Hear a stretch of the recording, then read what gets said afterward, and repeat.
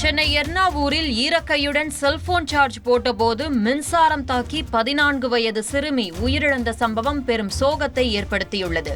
முகுந்தன் என்பவரின் மூத்த மகள் அனிதா வீட்டில் ஈரக்கையுடன் செல்போனில் சார்ஜ் போடும்போது மின்சாரம் தாக்கி மயங்கி விழுந்துள்ளார். உடனடியாக அவரை அரசு மருத்துவமனைக்கு கொண்டு சென்றபோது அவர் இறந்துவிட்டதாக மருத்துவர்கள் தெரிவித்துள்ளனர். இந்த சம்பவம் குறித்து எண்ணூர் போலீசார் வழக்கு பதிவு செய்து விசாரித்து வருகின்றனர். கனமழையால் வெள்ளப்பெருக்கு ஏற்பட்டுள்ளதால் அகஸ்தியர் மற்றும் மணிமுத்தாறு அருவிகளில் குளிக்க 2வது நாளாக தடை விதிக்கப்பட்டுள்ளது. நெல்லை மாவட்டம் அம்பை மேற்கு தொடர்ச்சி மலைப்பகுதியில் தொடர்ந்து பரவலாக கனமழை பெய்து வருகிறது. இதனால் 2 அருவிகளிலும் நீர்வரத்து அதிகரித்து வெள்ளப்பெருக்கு ஏற்பட்டுள்ளது. இதனால் 2வது நாளாக இன்றும் அருவிகளில் சுற்றுலா பயணிகள் குளிக்க தடை விதிக்கப்பட்டுள்ளது.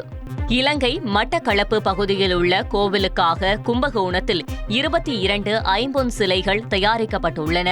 திம்மக்குடியில் உள்ள வரதராஜன் ஸ்தபதி குழுவினர் இலங்கையில் உள்ள ஸ்ரீ காமாட்சி அம்மன் கோவிலுக்கு தேவையான சிலைகள் செய்ய அனுமதி பெற்று சிவலிங்கம், நடராஜர் உள்ளிட்ட 28 பஞ்சலோக உற்சவர் சிலைகளையும் கோயில் மணிகள் மற்றும் கோபுர கலசங்களையும் தயாரித்துள்ளனர்.